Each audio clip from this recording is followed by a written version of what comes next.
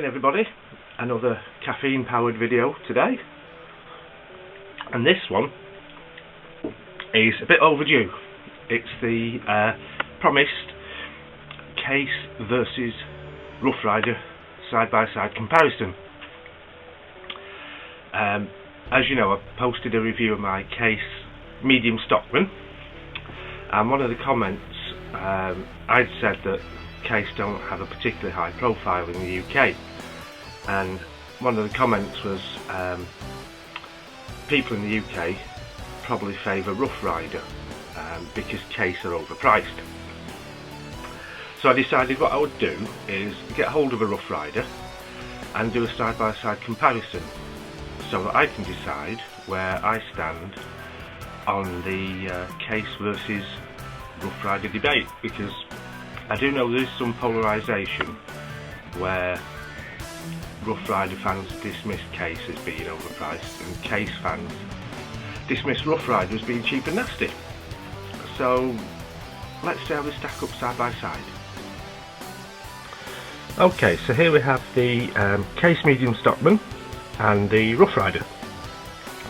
So the first thing to notice is the size. When I was looking for a Rough Rider equivalent of this, I did find some that were the same size, 92mm overall length. However, they only had a resin handle, and I wanted as close a match as possible. And then I saw this one with the orange bone handles. Jumped on that and assumed it was the same size, but it's actually slightly larger. It's 102 rather than 92. So that does mean it sort of takes away any value in looking at specific blade lengths and weight and things like that. But the key point we're looking at here is how they stack up for value and quality.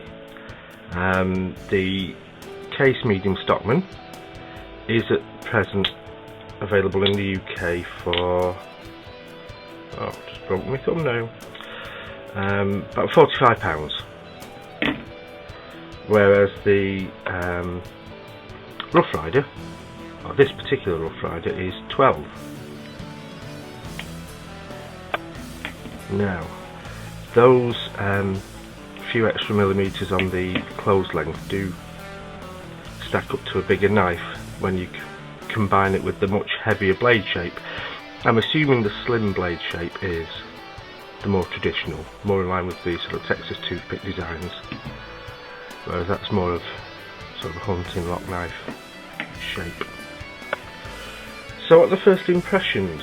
Well, when you first take the Case knife out of the packaging, you're immediately struck with an overall impression of quality. It's very shiny, it's very high polish on the blades. The jig bone scales have a good gloss to them. The bolsters bright. On the back of the springs are polished and the brass plates are polished, whereas on the Rough Rider the bolsters aren't so bright. The springs and brass plates have definitely satin. A nice finish, in fairness, a nice finish, but not bright, not polished. So you don't get the overall zing when you first set the Rough Rider out of the box. But then when you go over it in detail, the fit and finish, where we see on the back, it's a very good close fit. The scales, there's no gaps. It is quite impressive actually. And I was expecting to be a bit philosophical and think, oh well, that's 12 quid gone, doesn't really matter.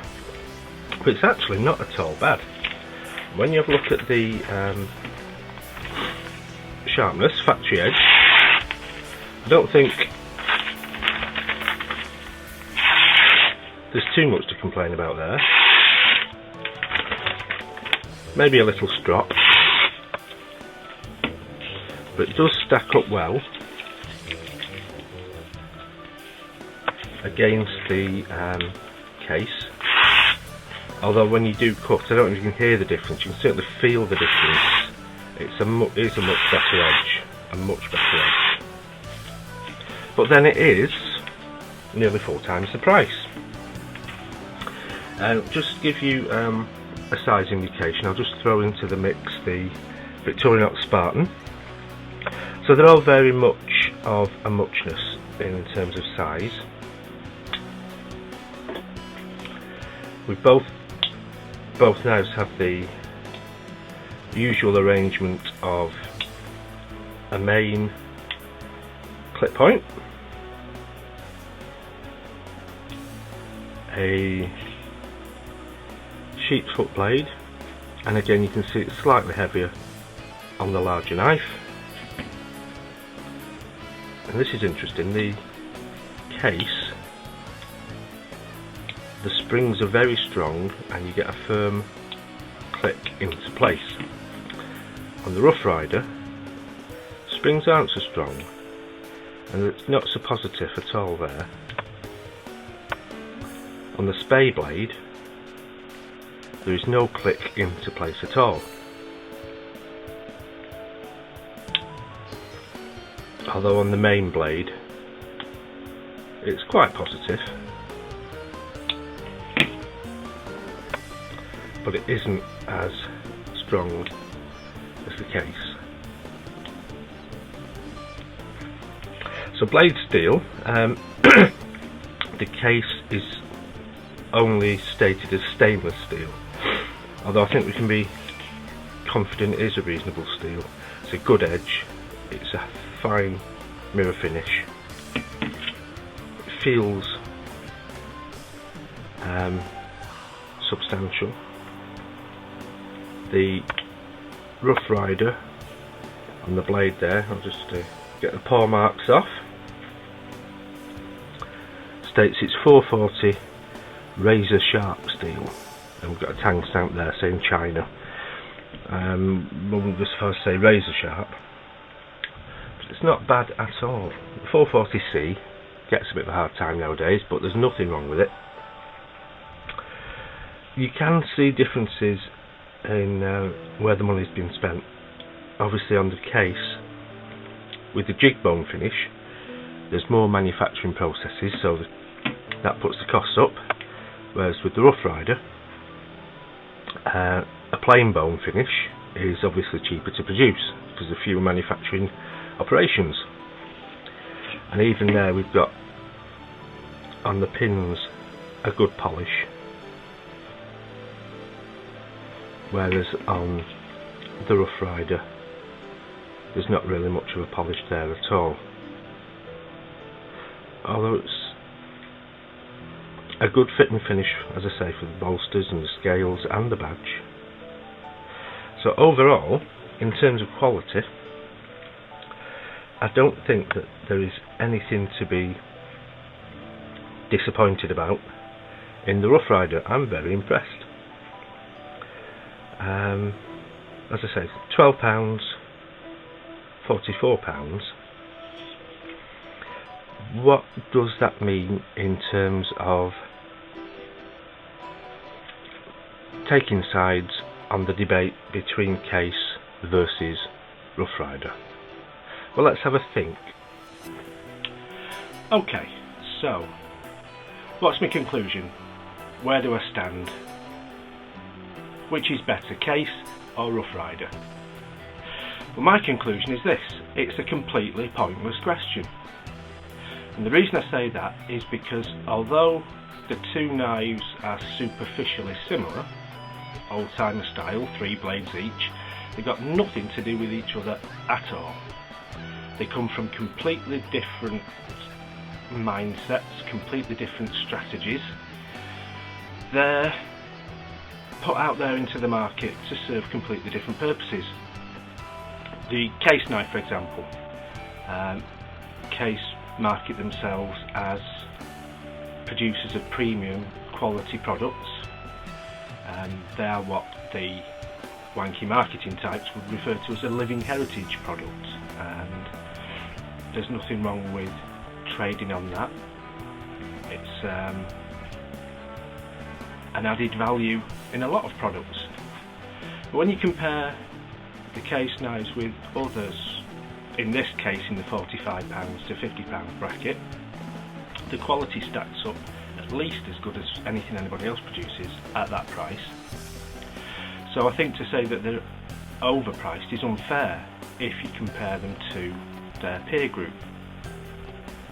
Similarly with the Rough Reider, to say that they're poor quality is missing the point. They're produced very much on a pile them high, sell them cheap philosophy. There's not really any pretense of being a premium product, and when you compare the case knives with other £12 knives, in this case we'll look at the Spartan that we use for size comparison, the quality is pretty much the same.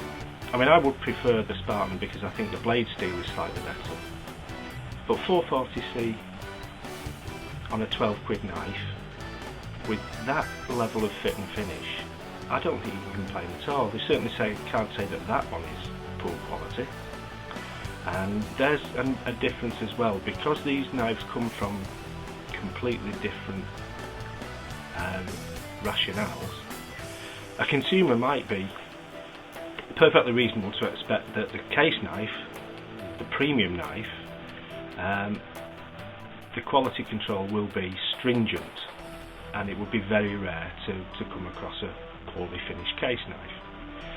Whereas with the Rough Reider, very much just volume produced, price focused, the quality control is not going to be as stringent, so it's much more likely that you come across a stinker from Rough Reider. But that isn't necessarily one being better than the other, it's a different way of doing things for different reasons.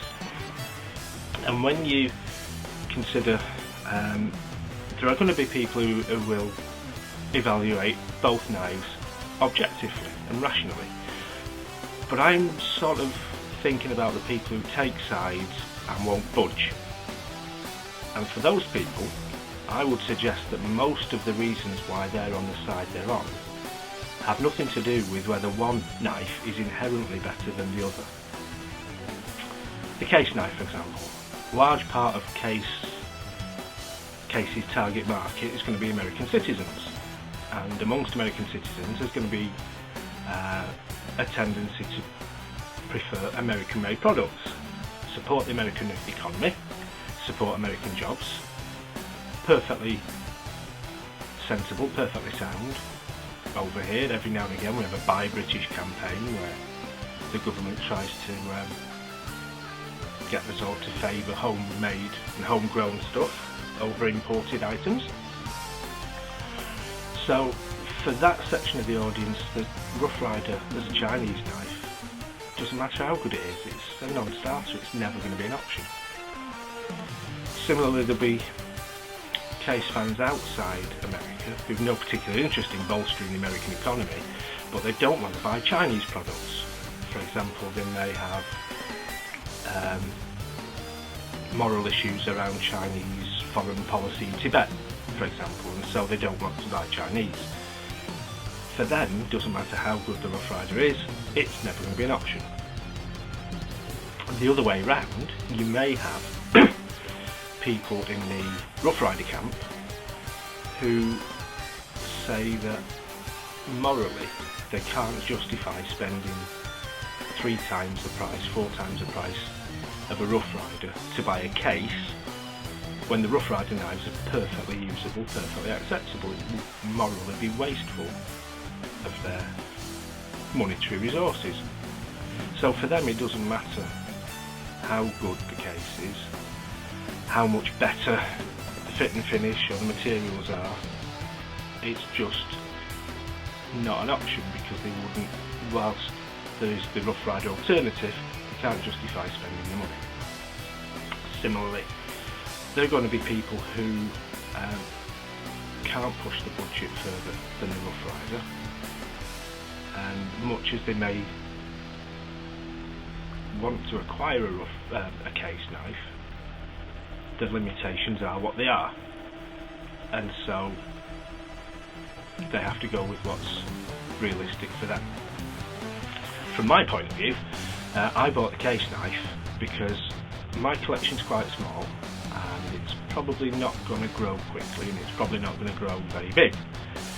So I wanted the limited selection of knives in the collection all to represent something, a particular style, frame locks, liner locks, slip joints, different traditional styles, the open L's, the Lagios,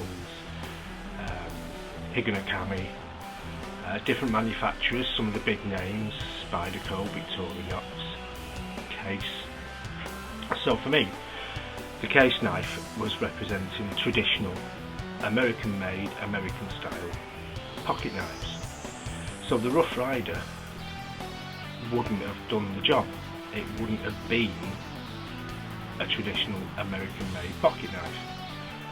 Having bought the case, I'm quite happy to add the Rough Rider to the collection as like an alternative interpretation of the old-timer American knife, but it wouldn't have been what I needed it to be, whereas the case is the genuine article.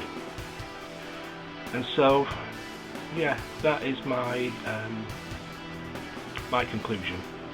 The whole argument about which is better is completely pointless, because if you assess them each within their own world, within their own philosophy,